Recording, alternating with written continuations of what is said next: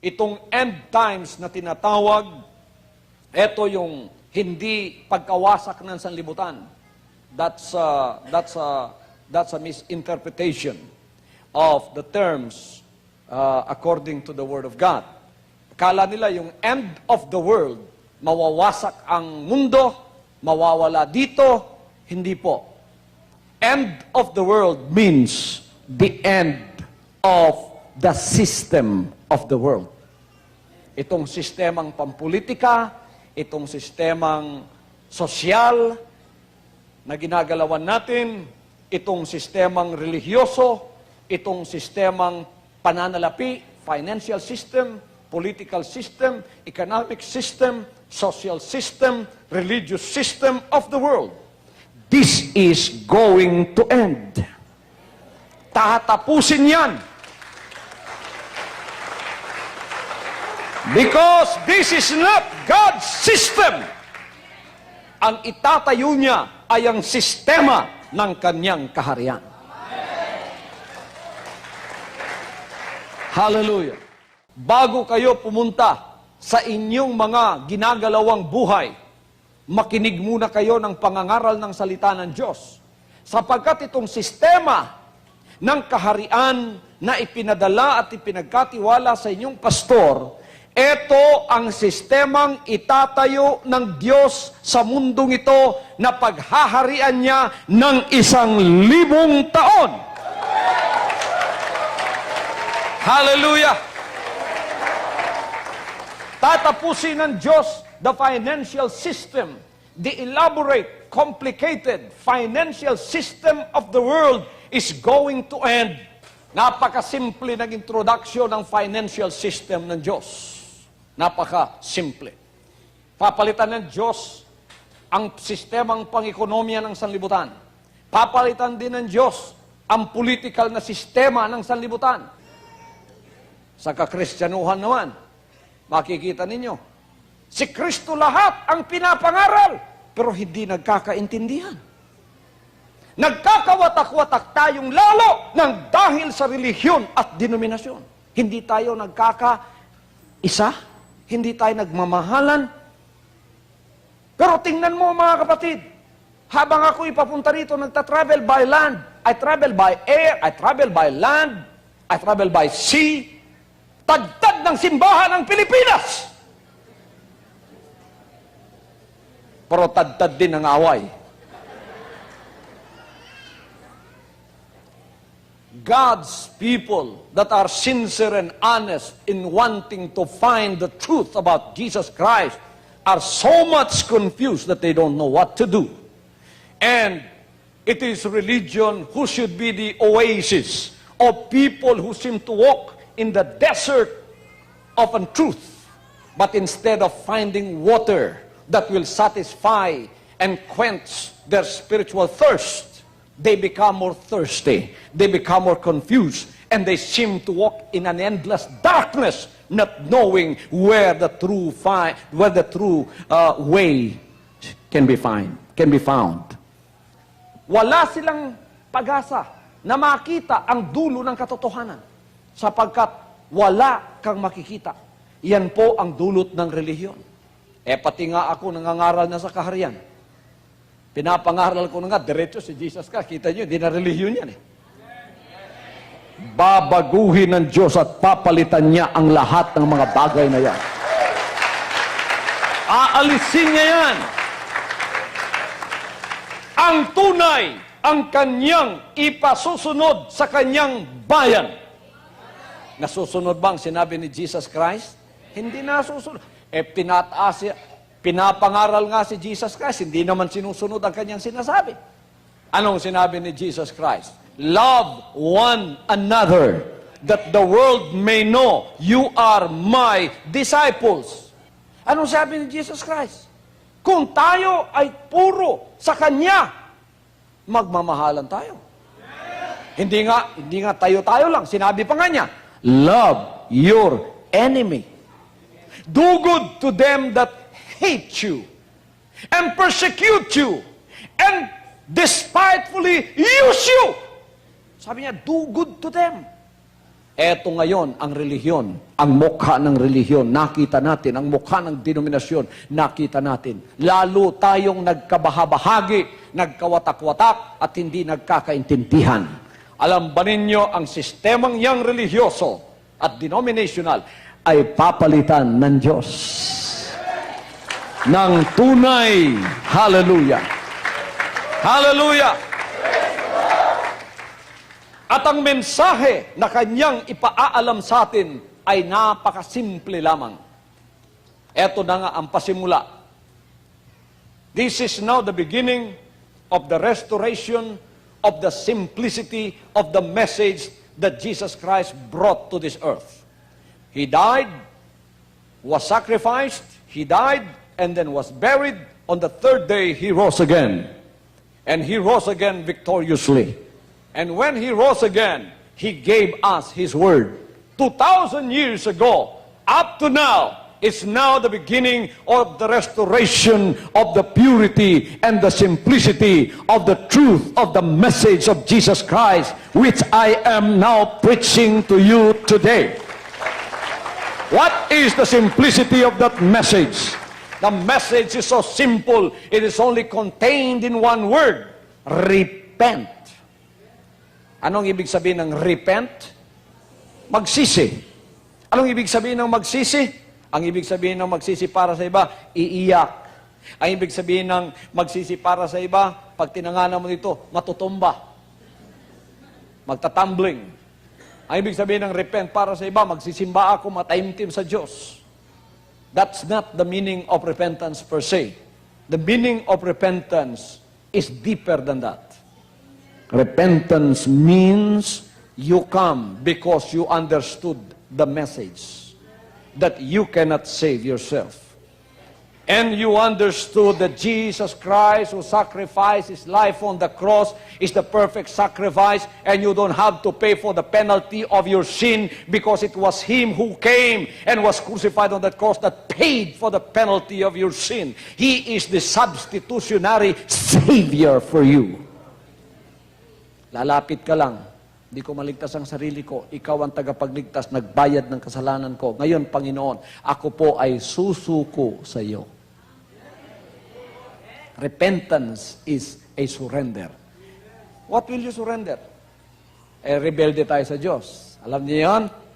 Pagka makasalanan kayo, rebelde kayo sa Diyos. Pastor, may relihiyon po ako, hindi ako makasalanan. Pakinggan mo ito, kapatid. Nung ipinanganak ka, ang kasalanan mo, kasama mo na. Bakit? Galing yan sa iyong magulang. Saan galing ng magulang mo? Sa magulang niya. Saan galing ng magulang niya? Sa magulang niya. Saan galing ng magulang niya? Kay Eva at kay Adan. You see, God is the one who created us. You believe me? Niniwala ba kayo na ang Diyos ang gumawa sa atin? Ito ang pagkagawa natin. Kinuha niya ang alabok sa lupa, pinorma ng Diyos, yung mga galaxies, yung mga universo na nakita natin, yung mga mundong yan, hindi niya ginawang ganun eh. Sinabi lang niya, let there be light, there was light. Let there be firmament, there was firmament. Let there be waters, let there be fishes in the waters. Lahat yan. He just spoke everything into existence. But when He created man, which is His own masterpiece, He did not speak you into existence. He created you, the Bible says, with His own hands. Kumuha siya ng alabok ng lupa. Pinorma. Nilagyan ng mata. Lagyan ng ulo. Kamay. Perfectly. That the Bible says the hosts of heaven applauded, clapped their hands because of the majesty of what God is doing. Pumalakpak sila sapagkat napakaganda ng pagkagawa natin. Naporma ng tao. Nakatayo na siya. Pero walang buhay. Walang hininga, walang buhay. Patay. Kung sasabihin mo, walang hininga, walang buhay, pero formado, patay. Nakakita na ba kayo ng patay? May mata, may ilong, may lahat, walang buhay. Sabi ng Diyos, hindi maaaring magsamba sa akin tong patay na to. Hindi maaaring kilalanin ako nito. Kung anong ginawa ng Diyos, hinipan niya ang butas ng kanyang hilong. Lumapit ang Panginoon, ang Diyos, at pagkatapos, pumasok ang hininga sa butas ng iyong ilong. Biglang-bigla, nabuhay ka. Nakilala mo ang sarili mo. Alam mong may paa ka, may kamay ka, lahat-lahat, nakilala mo. At ang katawan mo, nakilala niya ang mundong ito. Kilala mo ang katawan mo, kilala mo ang sarili mo, kilala mo ang buhay mo, kilala mo ang kapalibutan mo, kilala mo may mga hayop, kilala mo may mga bundok, kilala mo may mga kahoy, kilala mo may tubig, lahat kilala mo. Isa lang, hindi mo pa kilala yung gumawa sa iyo. Ang pangalawang ipapasok ng Diyos ay ang tinatawag na Espiritu. Because the Spirit, when it is inside of you, will tell you of your relationship with the Father. Without that, you only have a soul and a body. You are not better than an animal. Ang kalabaw, may kaluluwa rin yan. Animal soul. At may katawan. Pero hindi kilala ang gumawa sa kanya. Nakakita naman kayong tao lumalakad dyan? Walang espiritu ng Diyos? Spiritually dead ang tawag dyan? Kilala niya ang sarili niya? Kilala niya ang kapalibutan niya? Pero hindi niya kilala ang Diyos. Kung sasabihin mo, kilala ko ang Diyos, may relihiyon ako. Hindi ka naipakilala ng relihiyon sa Diyos sapagkat hindi nagkaroon ng koneksyon kayo ng Diyos hanggang ngayon. Sasabihin ko sa iyo maya-maya kung paano magkaroon ng koneksyon. Eto, ipapasok na sana ng Diyos ang Espiritu niya upang makilala na natin siya. Ang tunay na paglilingkod sa Kanya, ang tunay na relationship sa Kanya. Umikse na ngayon si Satanas. Si Lucifer ay isang anghel, bumagsak mula sa langit dahil nagrebelde siya. Gusto niya maging Diyos katulad ng Diyos. So rebelde si Lucifer. Pumunta sa mundong ito, binagsak dito, tinuruan niya ngayon ang tao kung paano ding magrebelde sa Diyos. Pumasok siya sa ahas, pumunta doon sa punong kahoy. Sabi ng Panginoon sa lahat ng puno dito, makakain ka! Ngunit sa punong ito, hindi ka kakain sa araw na ikay kakain, mamamatay ka! Bago pa man makapasok ang Espiritu sa kanya, ang ahas na ang umuna at nilinlang si Eva. To make the story short, kumain si Eva. It was the disobedience, the first disobedience. You know what disobedience is? Disobedience is sin. The spirit of sin is disobedience. That is the spirit that came into the human being now. Instead of the Spirit of God, it is the spirit of the devil that came into us. Natapos na ni Lucifer ang kanyang ginawa, umalis na siya, sitting pretty na siya. Alam niya, ito ay lalaganap na. Parang virus yan sa computer. Lalaganap na yan. Lahat na magkakaroon na ng virus. Basta'y pinanganak ka, may virus ka na ng disobedience. Kaya yung bata, hindi mo natuturuan yon. Matigas ang ulo nun pagdating na ng araw. Amen. Our Catholic friends calls that the original sin. It is true, it is the original sin of disobedience. Ngayon, paano nating masosolve yan? Religiosity is not the answer to the remedy to that spiritual problem. Religion and denomination is not the answer. Your race is not the answer. Your wealth is not the answer. Your friends are not the answer. Nobody is the answer. Impostor lang ang magsasabing, kami ang makapagsusolve niyan. Pumunta kayo, tuturuan ko kayo kung paano kayo pumunta sa kaharian ng langit. Mali po yun. Hindi tama yun.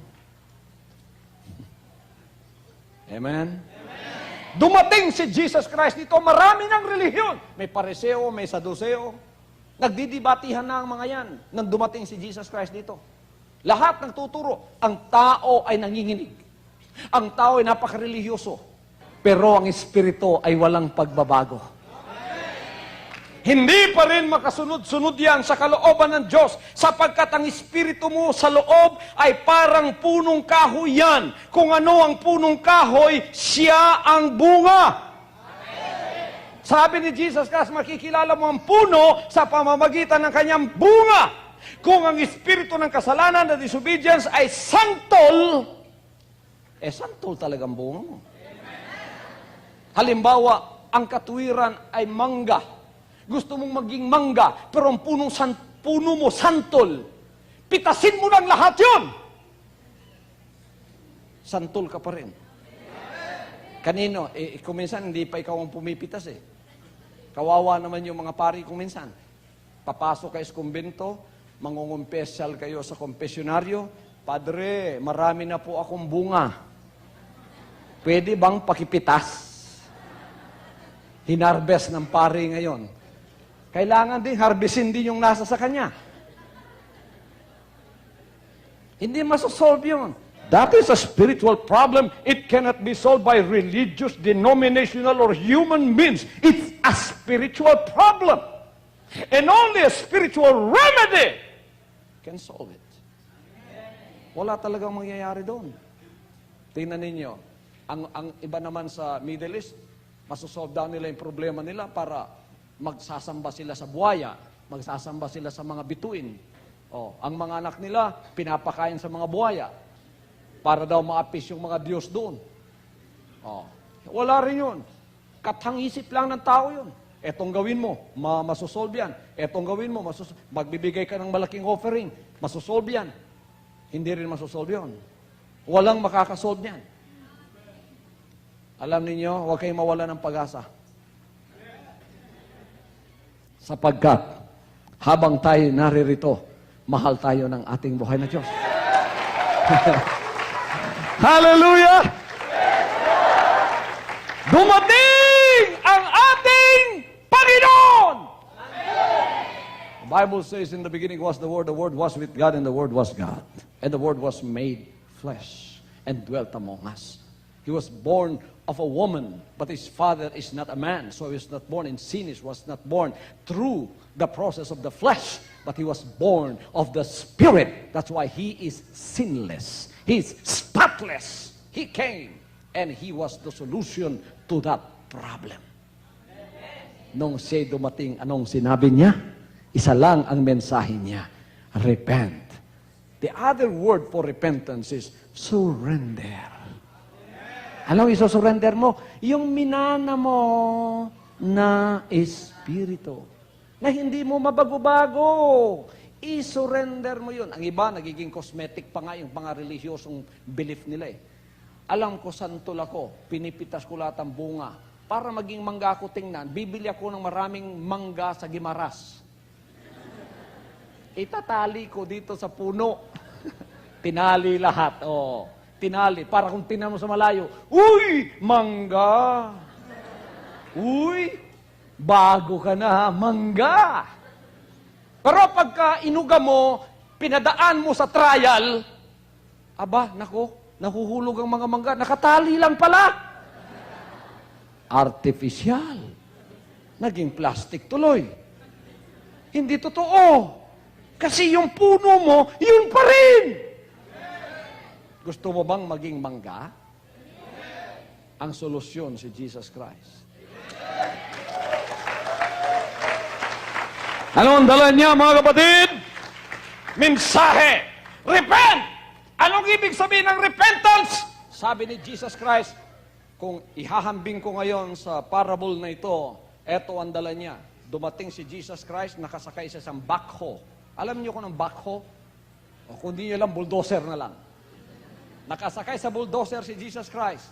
Sabi niya, itong bulldozer ko, ang solusyon. Itong sinasakyan kong mensahe, ang solusyon. Kayong lahat na mga santol, makinig kayo. Yang mga santol na yan ang mga makasalanang espiritu. Puno ng kasalanan yan. Makinig kayong lahat. May problema ba kayo? Gusto niyo maging mangga lahat? Matuwid sa Diyos lahat? Ito ang solusyon, bulldozer. Buldusin natin ang punong kahoy ninyo. Pero, magpirmahan muna tayo. You have to be willing to do it. You have to repent. I have the solution, but you have to repent. You have to sign an agreement. Lord, I am willing! Ito yung lupa ko, ang puso ko. Etong lupa ko. Yung punong kahoy nakatanim sa puso ko. Yung punong kahoy nakatanim sa lupa ko. Anong punong kahoy? Kasalanan. Isusurrender ko po sa inyo ang punong kahoy. Pasok kayo sa lupa ko, Panginoon. Dalhin ninyong bulldozer nyo. Bulldosin po ninyo. Hindi lang bulldozer ang dala niya. Sa likod ng kanyang bulldozer ay maraming punong kahoy na bago ang dala niya. Punong kahoy ng mga mangga. Anak, sabi niya, pagka inalis natin ang santol, papalitan natin ng mangga.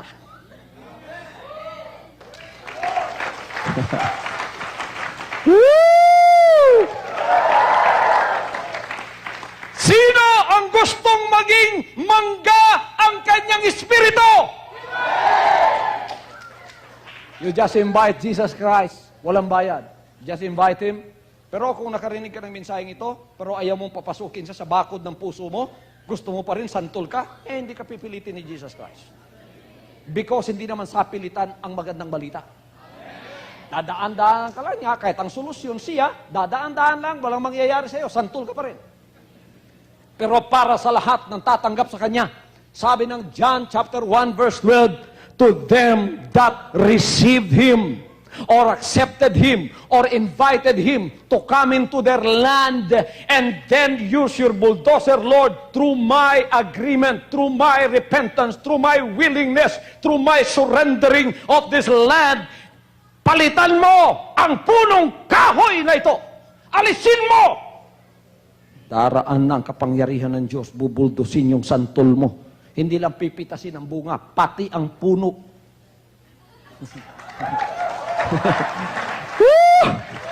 Aalisin! Pagkatapos, magtatanim ng bagong puno. Sabi niya, huwag kang mag-alala, anak. Ito ang bagong espiritu itatanim natin. What is that new spirit? It is the spirit of disobedience? No. It is the spirit of obedience to the will of God.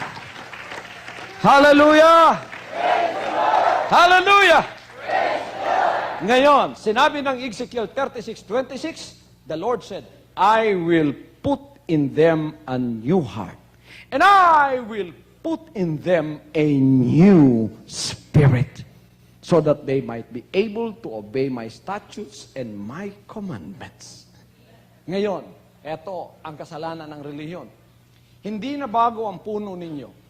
Pinipitas lang ang bunga. Tuwing mangangaral dito, ginagamit ang banal na kasulatan,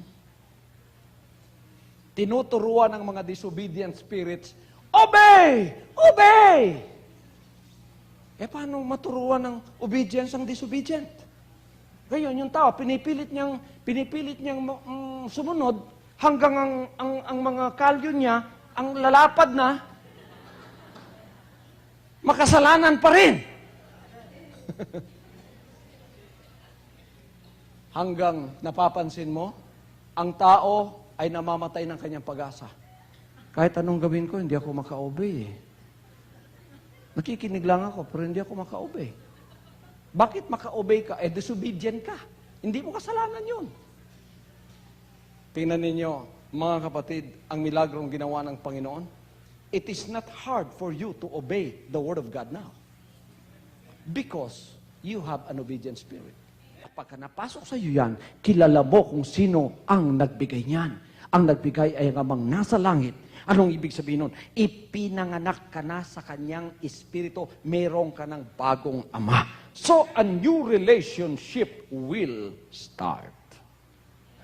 So when God stands before us and He looks at us, He does not see your facial features. He does not see your race. He does not see your educational attainment. He does not see how rich and how poor you are. He does not see your social standing. What He sees is the spirit that is within you, whether you are a child of God or a child of the devil. Hallelujah! So sa mga pagtitipon, kung ang lahat ng tao ay titipunin, aalisin ang lahat ng building sa sanlibutan ito, titipunin tayo sa isang lugar, tapos tatayuan Diyos sa harap natin in judgment. When He looks at us, He does not categorize us by race, by religion, by socio-economic status. He does not categorize you in those things. He only categorizes you into two divisions, whether you are a child of the devil with an unrepented, disobedient spirit, or a child of God who has the experience of repentance and being born again in that spirit, and thereby getting the power to become a child of God through that obedient spirit. That is how God categorizes us. Dalawang bahagi lang ang paningin ng Diyos sa atin. Marami ang magrereklamo doon. Sabi ng Panginoon sa lahat ng anak ng demonyo na hindi na nagsisi ng kanilang kasalanan, dito kayo sa kaliwa. Anong tawag sa kanila? Mga kambing. Dito kayo, sabi niya sa Matthew 25, sa kaliwa kayo. Sa mga anak naman ng Diyos, dito kayo sa kanan. Mga tupang sumusunod sa aking mga salita. Ito kayo. Tingnan nyo? Dito! Marami rin dito. Baka magreklamo yung nasa kaliwa. Lalapit sa Panginoon. Panginoon, alam ninyo, puti ako. Sabi ng Panginoon, puti ka nga, pero naka pa rin ang demonyo. Kasi hindi titingnan yung balat mo. Espiritu. Hindi ka nakapagsisi. Titingnan ng record mo. Anong pangalan mo? William Smith. Pinanganak ka May 1, 1970. Namatay ka May 2, year 2030. Walang record dito sa lifespan ng buhay mo, which is 70 years, na ikaw ay nakapagsisi at nag-surrender ng iyong espiritu at kusang loob na tinanggap ang ibinibigay kong bagong espiritu. Walang record dito, kaya anak ka pa rin ng Diablo. Pero Panginoon, nagsisipa po ako araw-araw. Alam niyo, Panginoon, pagkatinanganan ng ulo ko, tumba ako. Di ba maraming mga ministries ngayon, pagkatinanganan ng ulo, ginaganon lang dito. Natutomba? Pero hindi naman nagbabagong espiritu. Me, when I touch your head, I don't expect you to fall. I expect you to change. Hallelujah. To change that spirit within you through the message of repentance. Willingly you come and surrender yourself. Whoever you are, you must submit yourself to God. You must be reduced to zero. You must be reduced to nonentity. You must be reduced to something that you are, a sinner that needs the grace of God. Ganon talaga sa kaligtasan ng Diyos. Napakasimple ng mensaheng ito, mga kapatid. Ang spiritual revolution ay may mga pagbabagong mangyayari. Ang nakaluklok sa puso natin noon ay ang spirit of disobedience. Ngayon, dumating na ang pinakamalaking revolusyonaryo, si Jesus Christ, upang iyan ay itapple down. Jesus Christ came to topple down the spirit of disobedience, which the head of which is Lucifer. Nang dumating siya rito, dinala niya ang mensahe ng pag-ibig at dinala niya ang mensahe ng pagsisisi. At si Satanas, sinabi niya, nakita ko nang bumagsak mula sa langit papunta dito sa lupa. Kung paano siyang bumagsak sa karya ng Diyos sa langit, babagsak din siya dito sa karya ng Diyos sa lupa, sabagat aangkinin na ng Diyos ang isang malakas na revolusyon ng pagbabago sa kanyang bayan na mangyayari sa kanilang puso. Ano ang mangyayari? Palalayasin ang hari ng pagsuway, the spirit of disobedience, layas! Pagkatapos uupo ang bagong espiritong nagmumula sa Diyos na ang kumakatawan ay si Jesus Christ. Siya ang ating anak ng Diyos na sumunod unang-una sa kalooban ng Amang nasa langit. Siya na ngayon ang nakaluklok, naghahari sa ating mga puso. Hindi lang natin siya tinanggap na tagapagligtas, tinanggap natin siyang hari nang sinabi natin, isinusuko ko sa iyo ang aking espiritu at hindi na ang bunga niya o kalooban niya ang mangyayari ngayon sa aking buhay. Kaya yung kanyang dalangin na dinalangin nung na siya naririto, naganap na ngayon sa ating kapanahunan. Ano ang dalangin niya? Our Father which art in heaven, hallowed be thy name. Wow! Ang ganda pakinggan. Thy kingdom come! Saan? Saan? Saan darating ang kanyang kaharian? Yan. Kaya bulaan yung mga relihiyon at denominasyon sinasabing, dito kayo, tuturuan ko kayo ng daan papunta ng kaharian ng langit.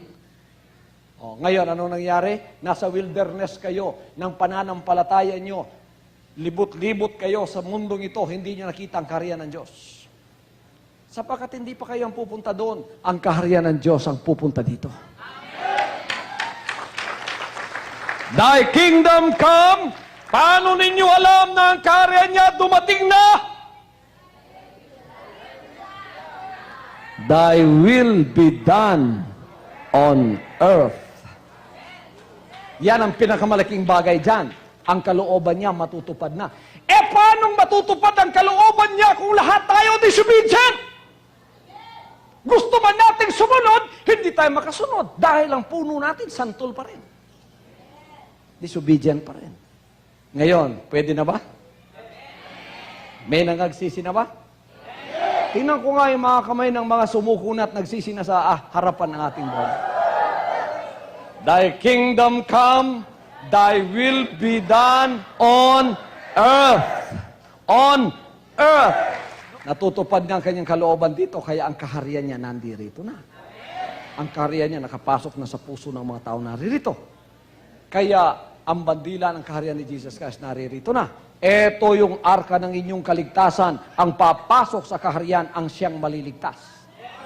Anong sinabi ng John 3:5? Maliban ang tao'y panganak na muli sa tubig at sa Espiritu. Yun, pagkapanganakan sa Espiritu.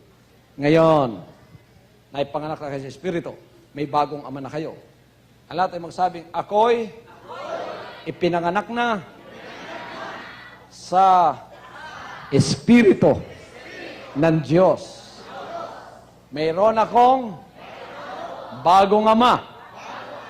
Hindi laman, hindi tao, Espiritu. Kaya ang ipinanganak niya sa akin ay Espiritu rin. Manang-mana ako sa Kanya.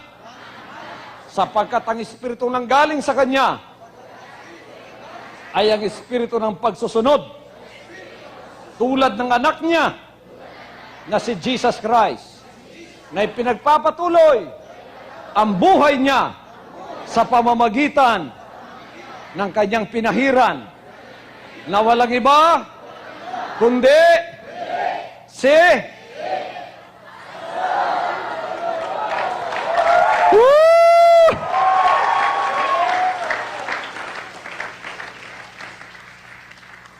mga religious leaders, huwag kayo magalit sa akin. Yan naman katotohanan. Hanggang hindi kayo maalis sa relihiyon ninyo, galit kayo sa akin. Sa pagpunta ng anak ng Diyos dito, si Jesus Christ, at ang buhay niya, nilipat lang niya sa akin, ibang katawan to, pero nilipat lang niya. Ang pumako sa kanya sa krus, mga leader ng relihiyon. Kayo, gusto rin niyo ipako ako sa krus. Biro niyo, texting sa Pilipinas, sinasabing patay na si Kibuloy. Patay na raw ako, na heart attack daw ako. O kahit mag-basketball pa tayo maghapon, hindi ako maha-heart attack. Tingnan ninyo, halos 2 oras na ang aking pangangaral. Naririto, magagawa ba ninyo yan? Hindi ninyo magagawa yan! Sapagkat ang pinagkaloob na mensahe sa akin ay ang mensahe ng katotohanan. Sinabi ko, Ama, ang gusto ko po, totoo. Sabagat gusto kong pumunta sa kaharian ninyo. Kaya pagkat tinanggap ko ang totoo ang ipangangaral ko. Susundin ang bayan niya yan. Kaya ang kaharian ng Diyos narito na sa Kalibo Aklan. Nabi ko kanina, sa mga nasa kanan, mga tupa na sumusunod sa kanyang boses, sumusunod, thy will be done ang kanilang puso. Sapagat bago yung Espiritu nila, thy will be done in my life. Kaya nasusunod lang ang mga salita ng Diyos. Ano sasabihin ng Panginoon sa kanila? Dito kayo, mga tupa. Lahat, karamihan, dukha. Aba, sabi nung nasa kaliwa, mga dukha yan! Oo, dukha nga, pero anak naman ng Diyos. Walang pinag-aralan yan! Wala nga pinag-aralan, pero anak naman ng Diyos. Alam mo ninyo, salamat sa Diyos ngayong huling araw na ito, hindi lang mga dukha ang tinatawag ng Diyos. Imposible ang mayaman makapasok sa kaharian ng Diyos. Maraming na nakakapasok na mayaman ngayon. Sapagkat naunawa nila ang mensahe ng katotohanan. Walang pinipiling tao ang Diyos, mayaman ka man o dukha. Pagka ikaw ay sumunod at nagsisi, ikaw ay kakategorize sa mga tupa, kasama ka riyan. Pagtingin ng Diyos, tupa, kambing. Sabi niya sa mga kambing, humayo kayo, go to eternal punishment. Because I was hungry, you did not feed me. I was a stranger, you didn't let me in. I was naked, you didn't clothe me. I was a stranger, you did not visit me. When, Lord? When did we do that? Anong sasabihin ng Panginoon? Sabi niya, tatawagin niya yung mga pinadala niya, mga apostoles, kasama na ako doon. Kung ginawa ninyo sa pinakamaliit sa mga alagad ko, ginawa ninyo sa akin. Hindi ka namin nakita pumunta sa kalibo, Panginoon. Wala kaming nakita doon na mataas ang ilong tumuktok sa aming mga pintuan. Tuturo niya yung mga alagad niya, kasama na ako. Ah, si pastor pala. Kung anong ginawa pala ninyo sa akin, yun ang ginawa ninyo sa kanya. Mahal ba ninyo ako? Praise the Lord. Huwag ninyong sabihing mahal ninyo ang Panginoong Kristo kung hindi nyo ako mahal. Bakit? Kung ako nakikita ninyo, hindi nyo kayang mahalin. Yung pakayang hindi ninyo nakikita.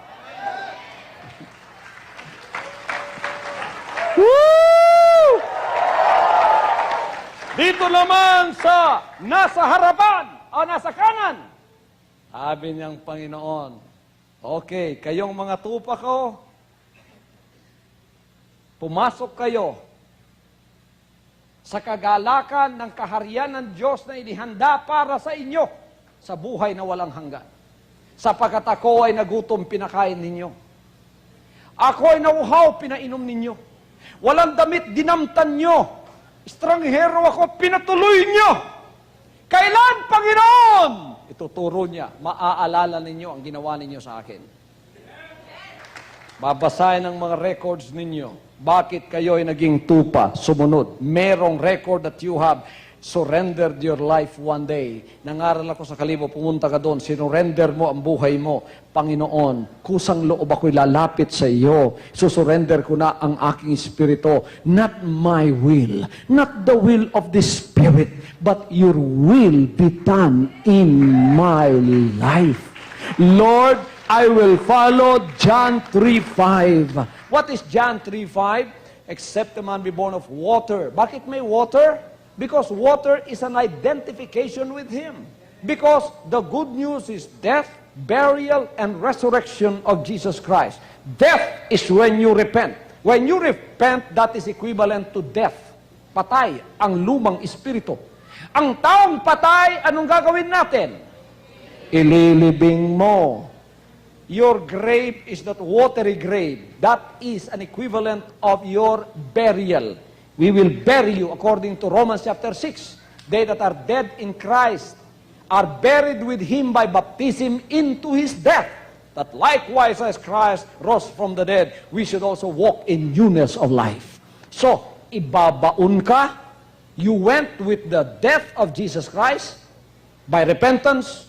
You went with Jesus Christ through His burial by baptism. When you came up out of the water, and you have that new spirit, you were identified with His resurrection. Bago ang nilalang na lumitaw sa tubig. Now the Bible says, they that are in Christ are new creatures. All things, all spirit are passed away. Behold, all things are become new. Bago ka na ngayon, bagong espiritu, bagong pananampalataya, bagong pagsusunod, bagong kaharian, bagong Ama. Tingnan kayo ngayon ng Panginoon, hindi nang makikita yung mukha nyo, Hindi makikita yung laman nyo, makikita niya ang espiritong nakapasok sa loob ng katawan nyo. Naniniwala ba kayo sa mga bagay na hindi nyo nakikita? Nakakita na kayo ng kaluluwa nyo? Nakakita na kayo ng espiritu nyo? Pero may mga ebidensyang meron kayong espiritu. Sapagkat kung masama ang espiritu ninyo, masama ang bunga.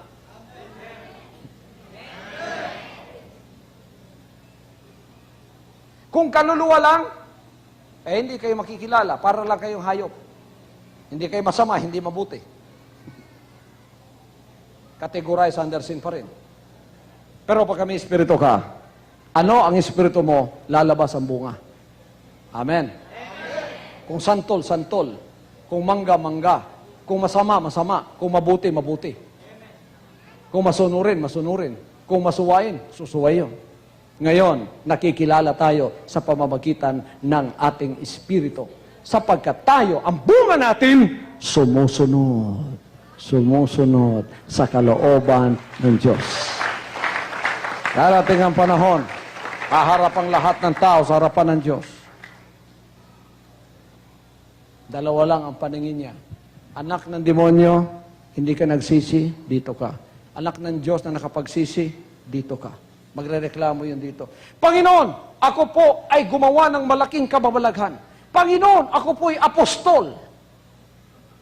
Panginoon, ako po ay ganito. Malaking libos ang binigay ko. Panginoon, gumawa po ako, nagpropesya ko sa iyong pangalan.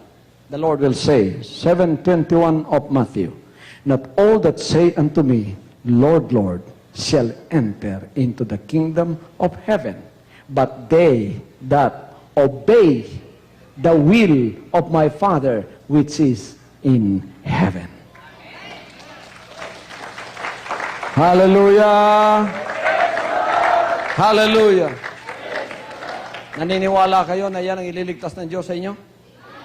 Kung saan ang espiritu ninyo galing, maliligtas ang kaluluwa ninyo sapagkat ang kaluluwa neutral yan, sasama kanino man. Espiritu ng Diyos, sasamahan yan. Kaya panganak ka sa Espiritu, alam mo ang relasyon mo sa Diyos ngayon. Naniniwala kayo niyan, mga kapatid? Kung wala kayong pananampalataya, hindi ninyo mapapaniwalaan yan. Kaya kailangan manampalataya kayo. Ano ang pananampalataya? Maniniwala ka sa bagay na hindi mo nauunawaan, paniwalaan mo na lang. Buhay na walang hanggan. Your soul will not die. Your body will die, but your soul will not. This is the importance of the good news today that I am preaching to you. Kailangan tanggapin natin yon kung gusto nating maligtas.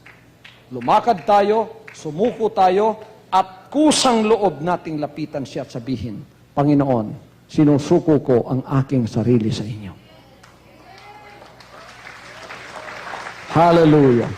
Ngayong oras na ito, pagkakataon ninyo, mga kapatid, dito sa Kalibo, kung hindi pa kayo nakapasok sa karya ng Diyos, hindi pa kayo pinanganak na muli, wala pang record ang inyong buhay na kayo ay nagsisi ng inyong kasalanan.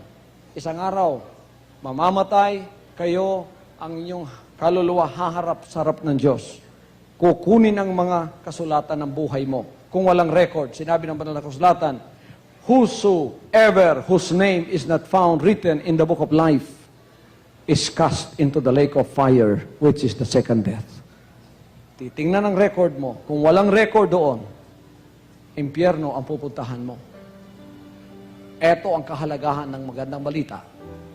Huwag kang pumasok saan-saan man. Magsisi ka. Pagka nagsisi ka, tinanggap mo siya bilang hari, automatic, ikaw ay magiging anak ng Diyos. At ikaw ay papasok hindi sa relihiyon at denominasyon, kundi sa kanyang kaharian. Don't send down angel to guide me day and night, and don't leave this heavy load that would make my burdens light. I don't want to see a miracle of your power and might, but I just want to know that you still love me, Lord. Don't stop the heavens just to show me a sign, and don't change the seasons or refuse the sun to shine. Just let me feel the sacred thrill of your touch one more time, then I know, yes I know, that you still love me.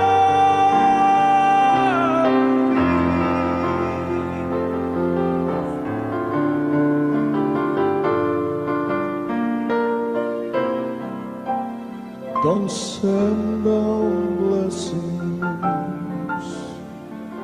You see I've had more than my share.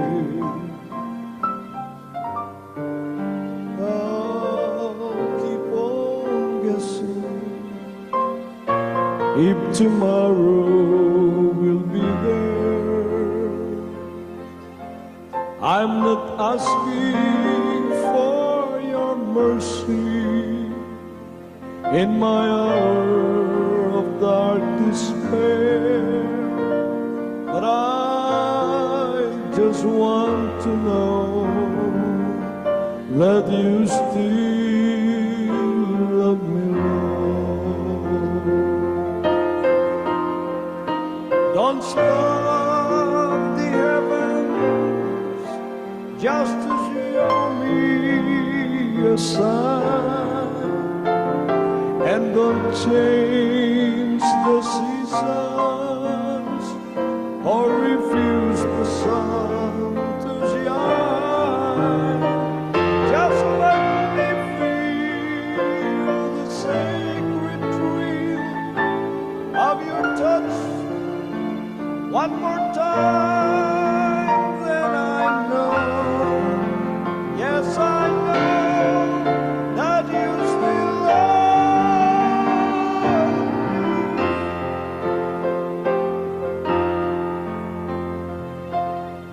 Don't stop the heavens just to show me a sign, and don't change the seasons or refuse the sun to shine. Just let me feel the sacred thrill of your touch one more time, then I know, yes I know, that you still love me.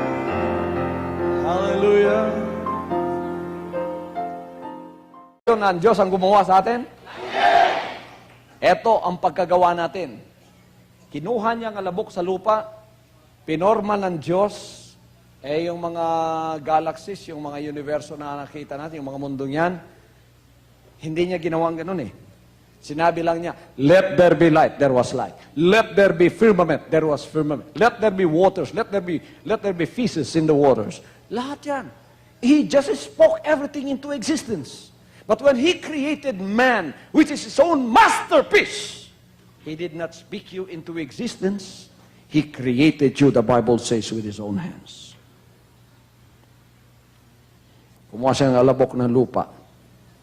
Pinorma. Nilagyan ng mata. Lagyan ng ulo. Kamay. Perfectly. That the Bible says the hosts of heaven applauded, clapped their hands because of the majesty of what God is doing. Pumalagpak sila sapagkat napakaganda ng pagkagawa natin.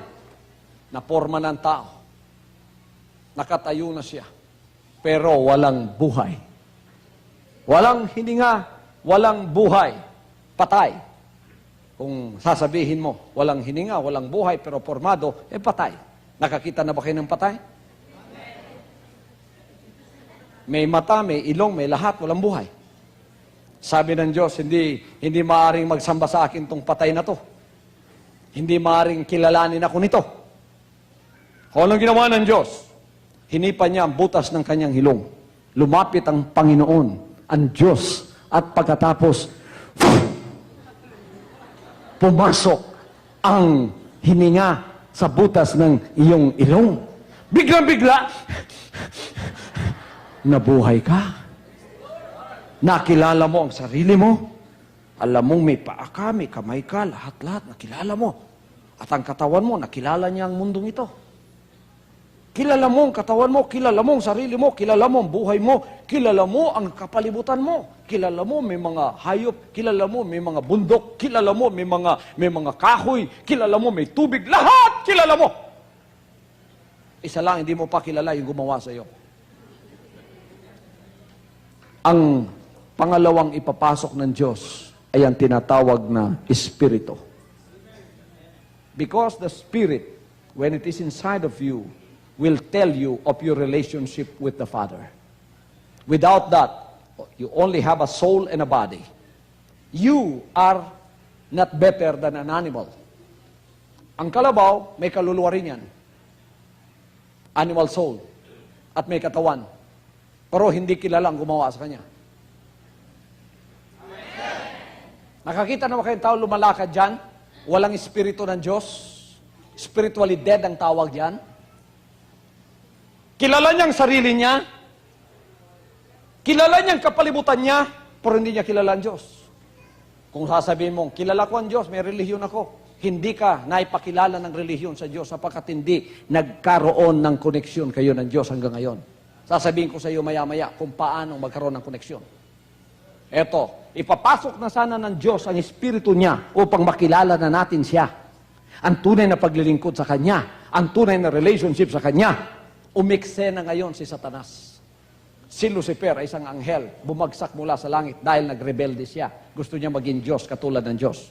So rebelde si Lucifer. Pumunta sa mundong ito, binagsak dito, tinuruan niya ngayon ang tao kung paano ding magrebelde sa Diyos. Pumasok siya sa ahas, pumunta doon sa punong kahoy. Sabi ng Panginoon, sa lahat ng puno dito, makakain ka! Ngunit sa punong ito, hindi ka kakain sa araw na ika'y kakain, mamamatay ka. Bago pa man makapasok ang Espiritu sa kanya, ang ahas na ang umuna at nilinlang si Eva. To make the story short, kumain si Eva. It was the disobedience, the first disobedience. You know what disobedience is? Disobedience is sin. The spirit of sin is disobedience. That is the spirit that came into the human being now. Instead of the Spirit of God, it is the spirit of the devil that came into us. Natapos na ni Lucifer ang kanyang ginawa, umalis na siya, sitting pretty na siya. Alam niya, ito ay lalaganap na. Parang virus yan sa computer. Lalaganap na yan. Lahat na magkakaroon na ng virus. Basta'y pinanganak ka, may virus ka na ng disobedience. Kaya yung bata, hindi mo natuturuan yon. Matigas ang ulo nun pagdating na ng araw. Amen. Our Catholic friends calls that the original sin. It is true, it is the original sin of disobedience. Ngayon, paano nating masosolve yan? Religiosity is not the answer to the remedy to that spiritual problem. Religion and denomination is not the answer. Your race is not the answer. Your wealth is not the answer. Your friends are not the answer. Nobody is the answer. Impostor lang ang magsasabing, kami ang makapagsosolve niyan. Pumunta kayo, tuturuan ko kayo kung paano kayong pumunta sa kaharian ng langit. Mali po yun. Hindi tama yun. Amen? Dumating si Jesus Christ dito, marami ng relihiyon. May Pariseo, may Saduseo, Nagdidibatihan na ang mga yan nang dumating si Jesus Christ dito. Lahat nagtuturo. Ang tao ay nanginginig. Ang tao ay napakarelihiyoso. Pero ang Espiritu ay walang pagbabago. Hindi pa rin makasunod-sunod yan sa kalooban ng Diyos sapagkat ang Espiritu mo sa loob ay parang punong kahoy yan. Kung ano ang punong kahoy, siya ang bunga. Sabi ni Jesus Christ, makikilala mo ang puno sa pamamagitan ng kanyang bunga. Kung ang espiritu ng kasalanan na disobedience ay santol, santol talagang bunga mo. Halimbawa, ang katuwiran ay mangga. Gusto mong maging mangga, pero ang puno mo santol. Pitasin mo lang lahat yun. Santol ka pa rin. Kanino? Kung minsan, hindi pa ikaw ang pumipitas Kawawa naman yung mga pari kung minsan.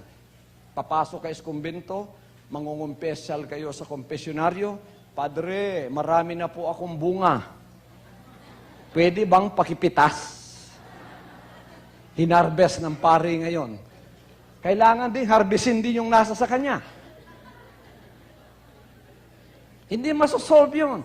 That is a spiritual problem. It cannot be solved by religious, denominational, or human means. It's a spiritual problem. And only a spiritual remedy can solve it. Wala talagang mangyayari doon. Tingnan ninyo, ang iba naman sa Middle East, masosolve down nila yung problema nila para magsasamba sila sa buhaya, magsasamba sila sa mga bituin. Ang mga anak nila, pinapakain sa mga buhaya para daw maapis yung mga Diyos doon. Wala.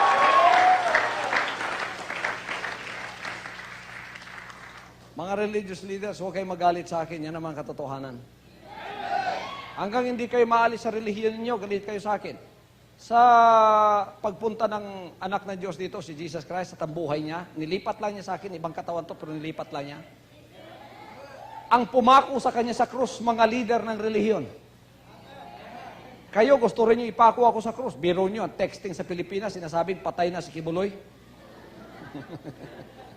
Patay na raw ako, na heart attack daw ako. O kahit mag-basketball pa tayo maghapon, hindi ako maha-heart attack.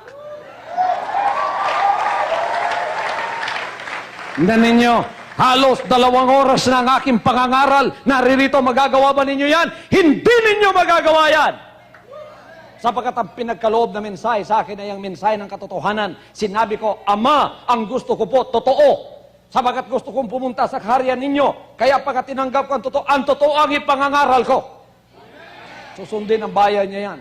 Kaya ang kaharian ng Diyos narito na sa Kalibo Aklan. Nabi ko kanina,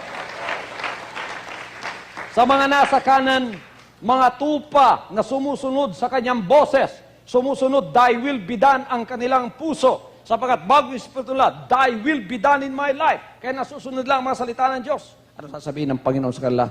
Dito kayo, mga tupa. Lahat, karamihan, dukha.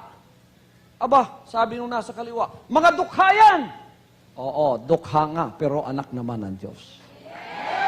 Walang pinag-aralan yan! Wala nga pinag-aralan, pero anak naman ng Diyos. Alam mo ninyo, salamat sa Diyos ngayong huling araw na ito, hindi lang mga dukha ang tinatawag ng Diyos. Imposible ang mayaman makapasok sa kaharian ng Diyos. Marami na nakakapasok na mayaman ngayon. Sapagkat naunawa nila ang mensahe ng katotohanan. Walang pinipiling tao ang Diyos, mayaman ka man o dukha. Pagka ikaw ay sumunod at tagsisi, ikaw ay kakategorize sa mga tupa, kasama ka riyan. Pagtingin ng Diyos, tupa, kambing. Sabi niya sa mga kambing, humayo kayo, go to eternal punishment. Because I was hungry, you did not feed me. I was a stranger, you didn't let me in. I was naked, you didn't clothe me. I was a stranger, you did not visit me. When, Lord? When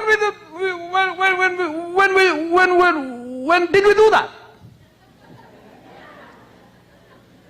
Anong sasabihin ng Panginoon? Sabi niya, tatawagin niya yung mga pinadala niya, mga apostoles, kasama na ako doon. Kung ginawa ninyo sa pinakamaliit sa mga alagad ko, ginawa ninyo sa akin. Hindi ka namin nakita pumunta sa Kalibo, Panginoon. Wala kaming nakita doon na mataas ang ilong tumuktok sa aming mga pintuan. Tuturo niya yung mga alagad niya, kasama na ako. Si pastor pala, kung anong ginawa pala ninyo sa akin, yun ang ginawa ninyo sa kanya. Mahal ba ninyo ako? Praise the Lord. Huwag ninyong sabihing mahal ninyo ang Panginoong Kristo kung hindi nyo ako mahal. Bakit? Kung ako nakikita ninyo, hindi nyo kayang mahalin. Yung pakayang hindi ninyo nakikita.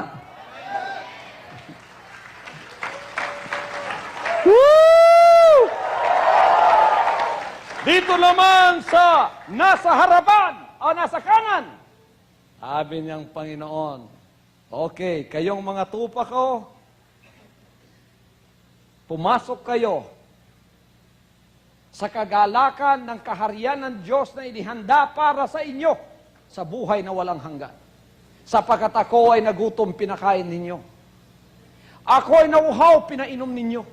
Walang damit, dinamtan nyo. Estranghero ako, pinatuloy nyo. Kailan, Panginoon? Ituturo niya, maaalala ninyo ang ginawa ninyo sa akin.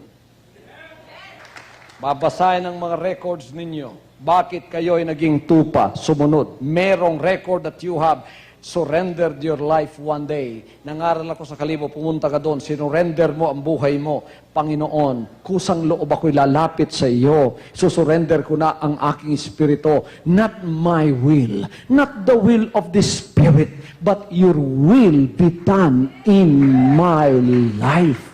Lord, I will follow John 3:5. What is John 3:5? Except a man be born of water. Bakit may water? Because water is an identification with Him. Because the good news is death, burial, and resurrection of Jesus Christ. Death is when you repent. When you repent, that is equivalent to death.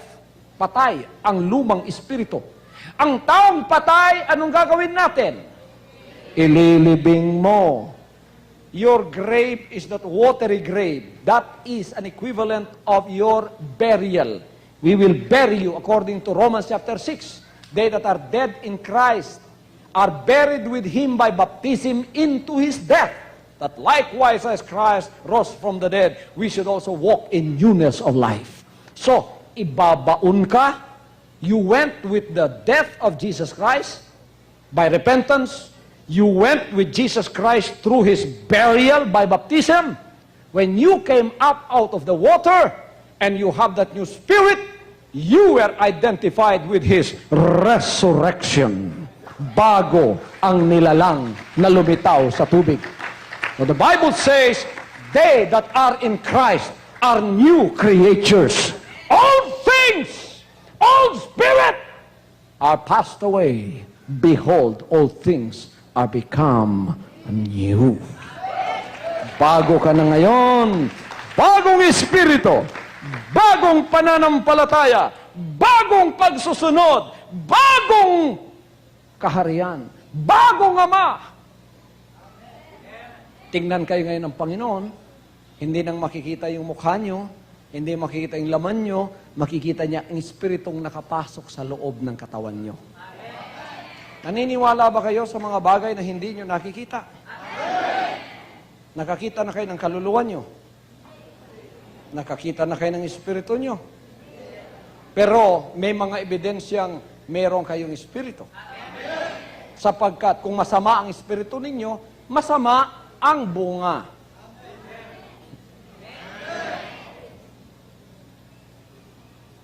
Kung kaluluwa lang, hindi kayo makikilala. Para lang kayong hayop. Hindi kayo masama, hindi mabuti. Categorize under sin pa rin. Pero pag may espiritu ka, ano ang espiritu mo, lalabas ang bunga. Amen. Kung santol, santol. Kung mangga, mangga. Kung masama, masama. Kung mabuti, mabuti. Kung masunurin, masunurin. Kung masuwain, susuwayin. Ngayon, nakikilala tayo sa pamamagitan ng ating espiritu. Sapagkat tayo, ang bunga natin, sumusunod. Sumusunod sa kalooban ng Diyos. Darating ang panahon, haharap ang lahat ng tao sa harapan ng Diyos. Dalawa lang ang paningin niya. Anak ng demonyo, hindi ka nagsisi, dito ka. Anak ng Diyos na nakapagsisi, dito ka. Magrereklamo yun dito. Panginoon, ako po ay gumawa ng malaking kababalaghan. Panginoon, ako po ay apostol. Panginoon, ako po ay ganito. Malaking libos ang binigay ko. Panginoon, gumawa po ako, nagpropesya ako sa iyong pangalan. Itong end times na tinatawag, ito yung hindi pagkawasak ng sanlibutan. That's a misinterpretation of the terms according to the Word of God. Akala nila yung end of the world, mawawasak ang mundo, mawawala dito, hindi po. End of the world means the end of the system of the world. Itong sistemang pampolitika, itong sistemang sosyal na ginagalawan natin, itong sistemang religyoso, itong sistemang pananalapi, financial system, political system, economic system, social system, religious system of the world. This is going to end. Tatapusin yan. Because this is not God's system. Ang itatayo niya ay ang sistema ng kanyang kaharian. Hallelujah. Bago kayo pumunta sa inyong mga ginagalawang buhay, makinig muna kayo ng pangangaral ng salita ng Diyos. Sapagkat itong sistema ng kaharian na ipinadala at ipinagkatiwala sa inyong pastor, ito ang sistemang itatayo ng Diyos sa mundong ito na paghaharian niya ng 1,000 taon. Hallelujah! Tatapusin ng Diyos the financial system, the elaborate, complicated financial system of the world is going to end. Napakasimple ng introduction ng financial system ng Diyos. Napakasimple. Papalitan ng Diyos ang sistemang pang-ekonomiya ng sanlibutan. Papalitan din ng Diyos ang political na sistema ng sanlibutan. Sa kakristyanuhan naman, makikita ninyo, si Kristo lahat ang pinapangaral, pero hindi nagkakaintindihan. Nagkakawatak-watak tayong lalo ng dahil sa relihiyon at denominasyon. Hindi tayo nagkakaisa, hindi tayo nagmamahalan. Pero tingnan mo mga kapatid, habang ako ipapunta rito, nagta-travel by land, I travel by air, I travel by land, I travel by sea, tagtad ng simbahan ng Pilipinas. Pero tad-tad din ang away.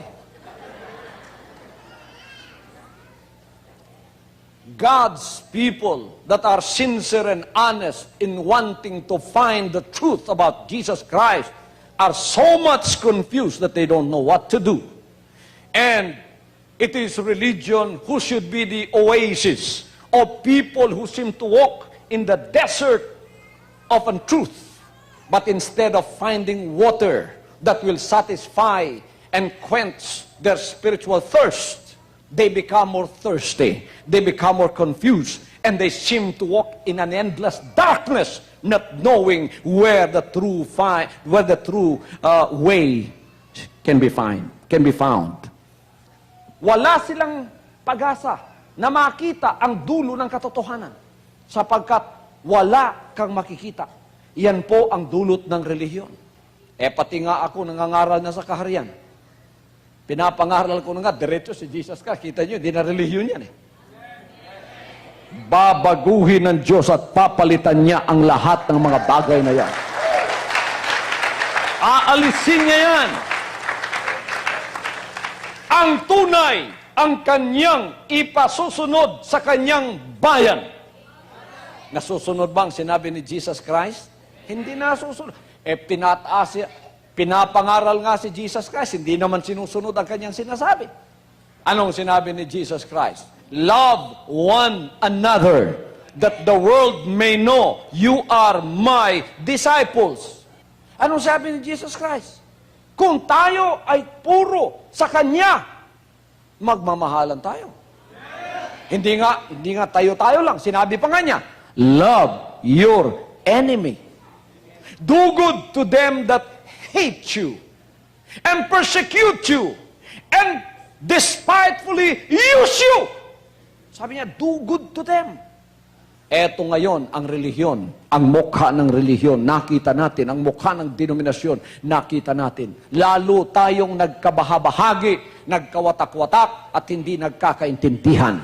Alam ba ninyo, ang sistemang yang religyoso at denominational ay papalitan ng Diyos ng tunay. Hallelujah! Hallelujah!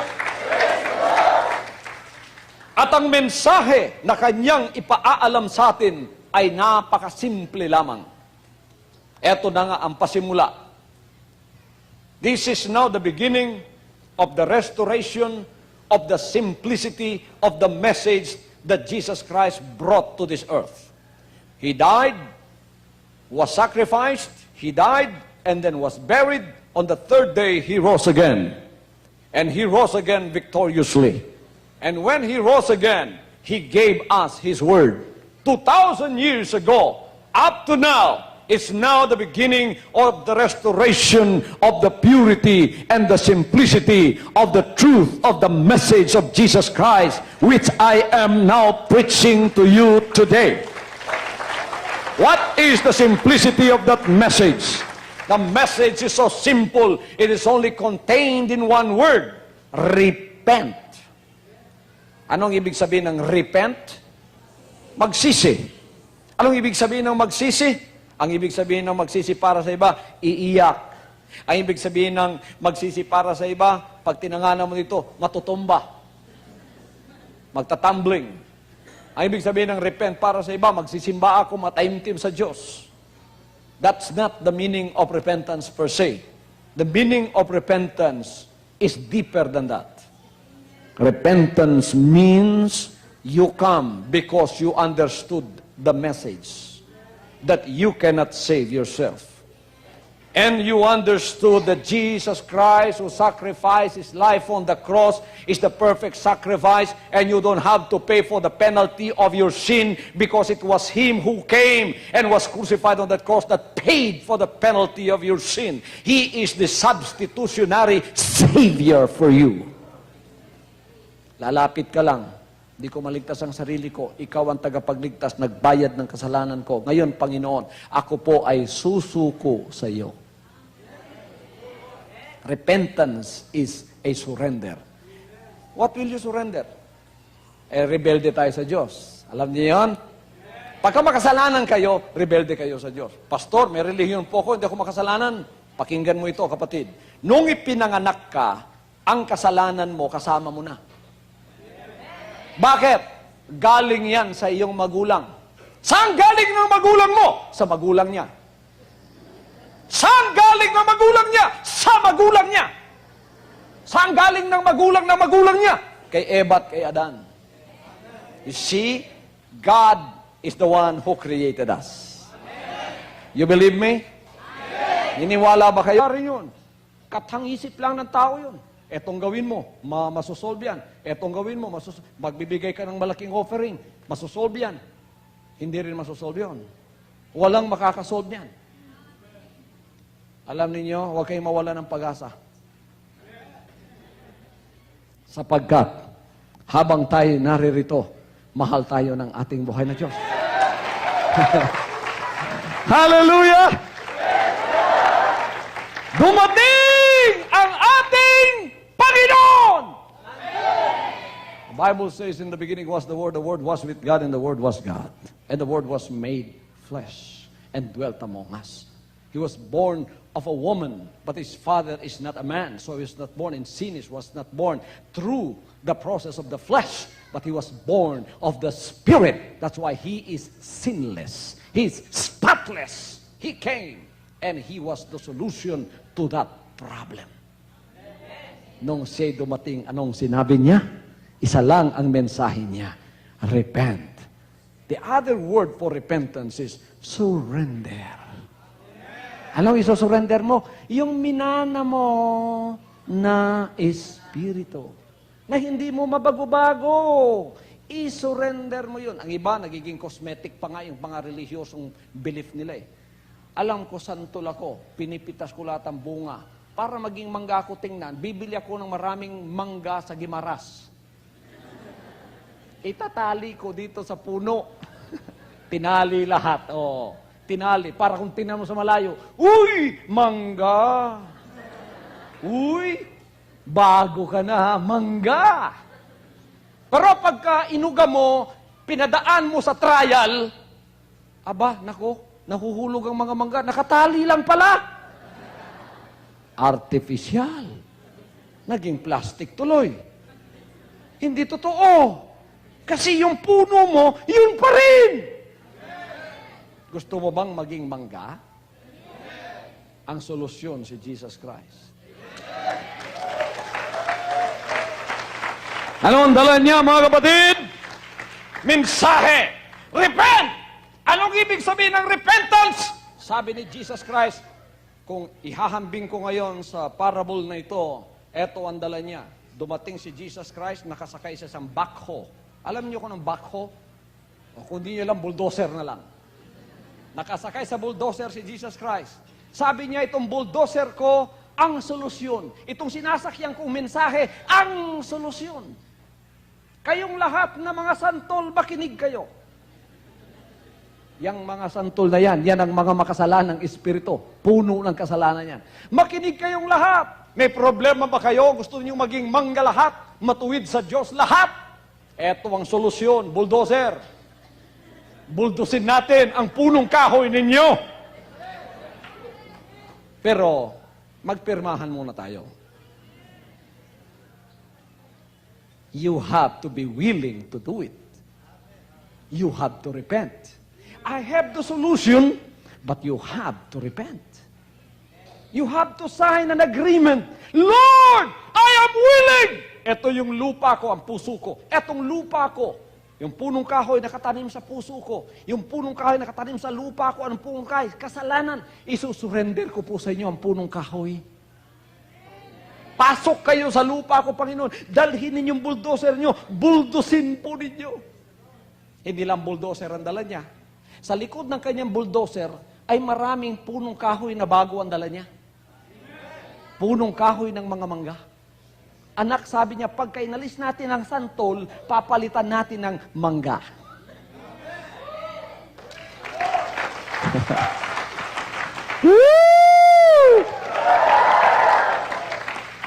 Sino ang gustong maging mangga ang kanyang espiritu?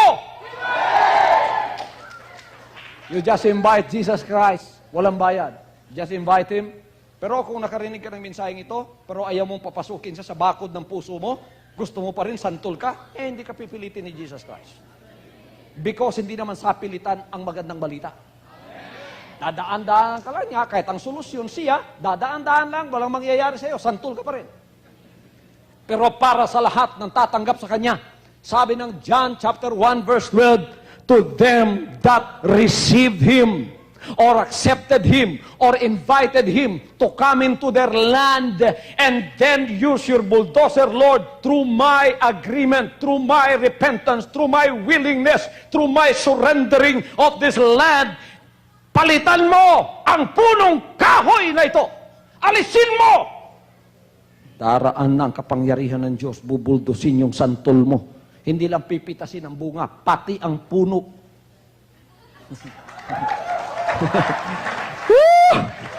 Aalisin! Pagkatapos, magtatanim ng bagong puno.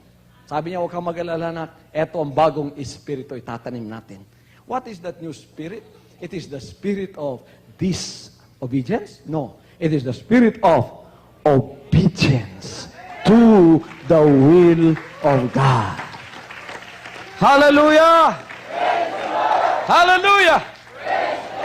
Ngayon, sinabi ng Ezekiel 36:26, the Lord said, I will put in them a new heart, and I will put in them a new spirit, so that they might be able to obey my statutes and my commandments. Ngayon, eto ang kasalanan ng relihiyon. Hindi na bago ang puno ninyo. Pinipitas lang ang bunga. Tuwing mangangaral dito, ginagamit ang banal na kasulatan, tinuturuan ng mga disobedient spirits, obey! Obey! Paano maturuan ng obedience ang disobedient? Ngayon, yung tao, pinipilit niyang sumunod hanggang ang mga kalyo niya, ang lalapad na, makasalanan pa rin.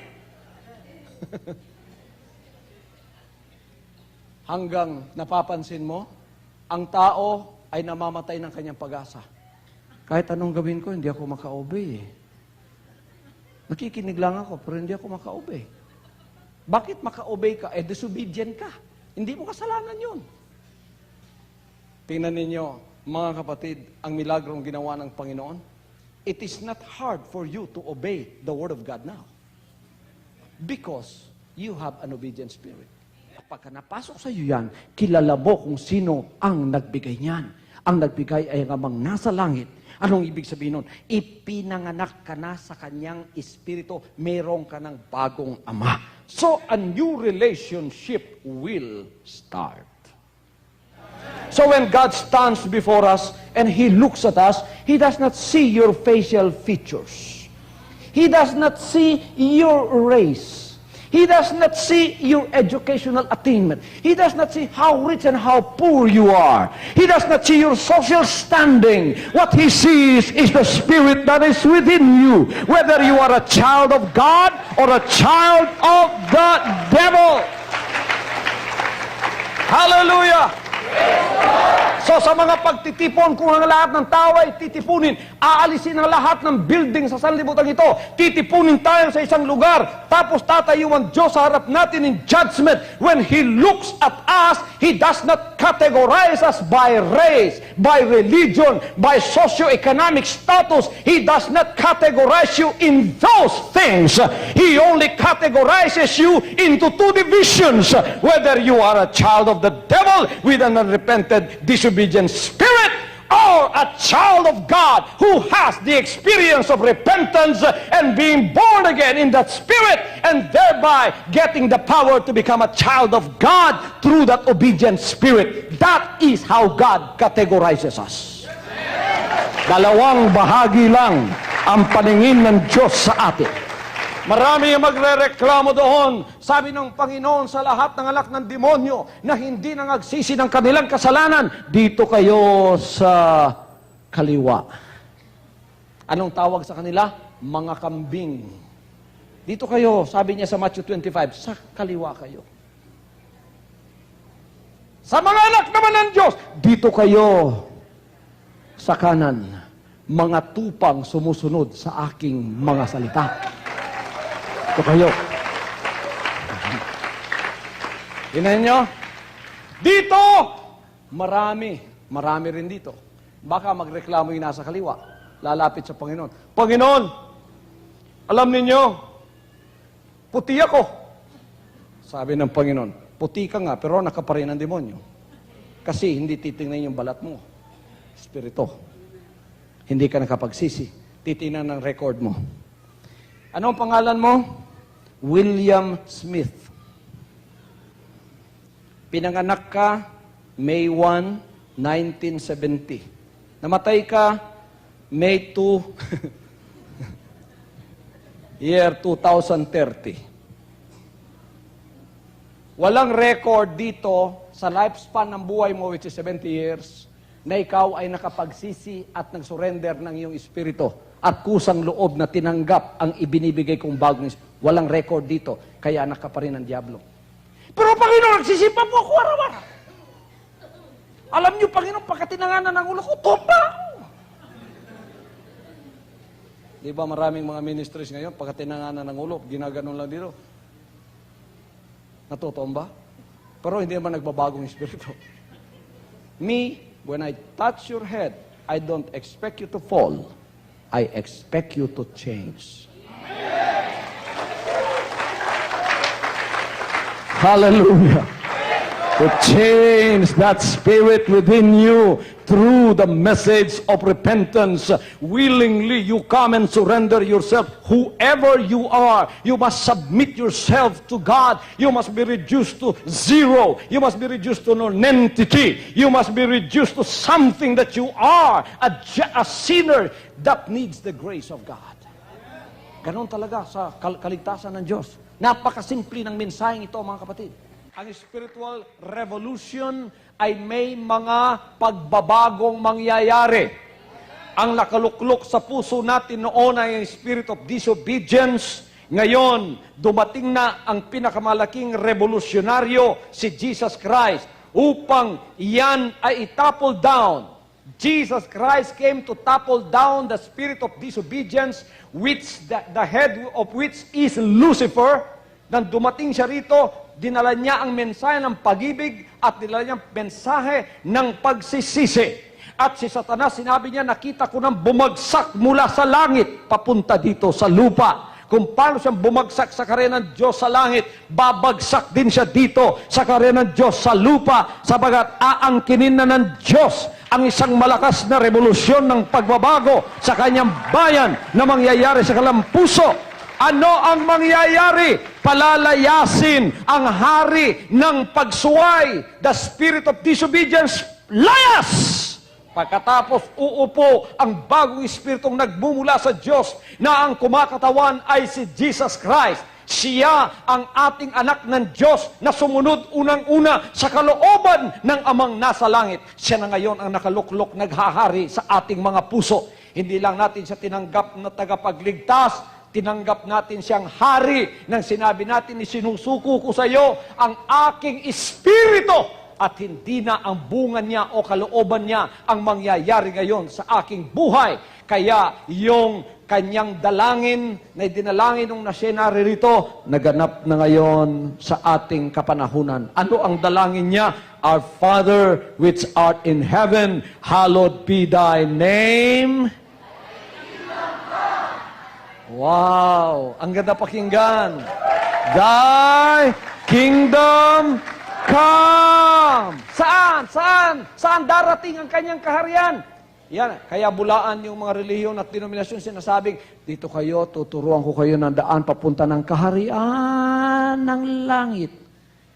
O, ngayon, anong nangyari? Nasa wilderness kayo ng pananampalataya nyo. Libot-libot kayo sa mundong ito, hindi nyo nakita ang kaharian ng Diyos. Sapagkat hindi pa kayo ang pupunta doon, ang kaharian ng Diyos ang pupunta dito. Thy kingdom come. Paano ninyo alam na ang kaharian niya dumating na? Thy will be done on earth. Yan ang pinakamalaking bagay dyan. Ang kalooban niya matutupad na. Paano matutupad ang kalooban niya kung lahat tayo disobedient? Gusto man nating sumunod, hindi tayo makasunod. Dahil ang puno natin, santol pa rin. Disobedient pa rin. Ngayon, pwede na ba? May nangagsisi na ba? Tingnan ko nga yung mga kamay ng mga sumuko na at nagsisi na sa harapan ng ating Lord. Thy kingdom come, thy will be done on earth. On earth. Natutupad niya ang kanyang kalooban dito, kaya ang kaharian niya nandirito na. Ang kaharian niya nakapasok na sa puso ng mga tao naririto. Kaya ang bandila ng kaharian ni Jesus Christ naririto na. Ito yung arka ng inyong kaligtasan. Ang papasok sa kaharian ang siyang maliligtas. Anong sinabi ng John 3:5? Maliban ang tao'y panganak na muli sa tubig at sa Espiritu. Yun, pagkapanganakan sa Espiritu. Ngayon, naipanganak na kayo sa Espiritu, may bagong ama na kayo. Ang lahat ay magsabing, ako'y ipinanganak na sa Espiritu ng Diyos. Mayroon akong bagong ama. Hindi laman, hindi tao, Espiritu. Kaya ang ipinanganak niya sa akin ay Espiritu rin. Manang-mana ako sa Kanya. Sapagkat ang Espiritu nang galing sa Kanya ay ang espiritu ng pagsusunod. Tulad ng anak niya na si Jesus Christ na ipinagpapatuloy ang buhay niya sa pamamagitan ng kanyang pinahiran na walang iba kundi si